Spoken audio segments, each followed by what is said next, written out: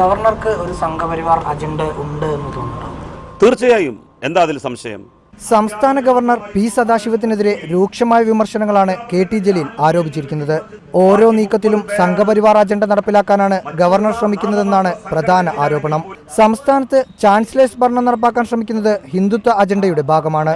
Nominated syndicate അംഗങ്ങളെ തീരുമാനിക്കുമ്പോൾ സംഘപരിവാർ അജണ്ടയുള്ളവരെയാകും ഇനി മുതൽ ഗവർണർ നിയമിക്കുകയെന്ന ആശങ്കയും ജലീൽ പങ്കുവച്ചു.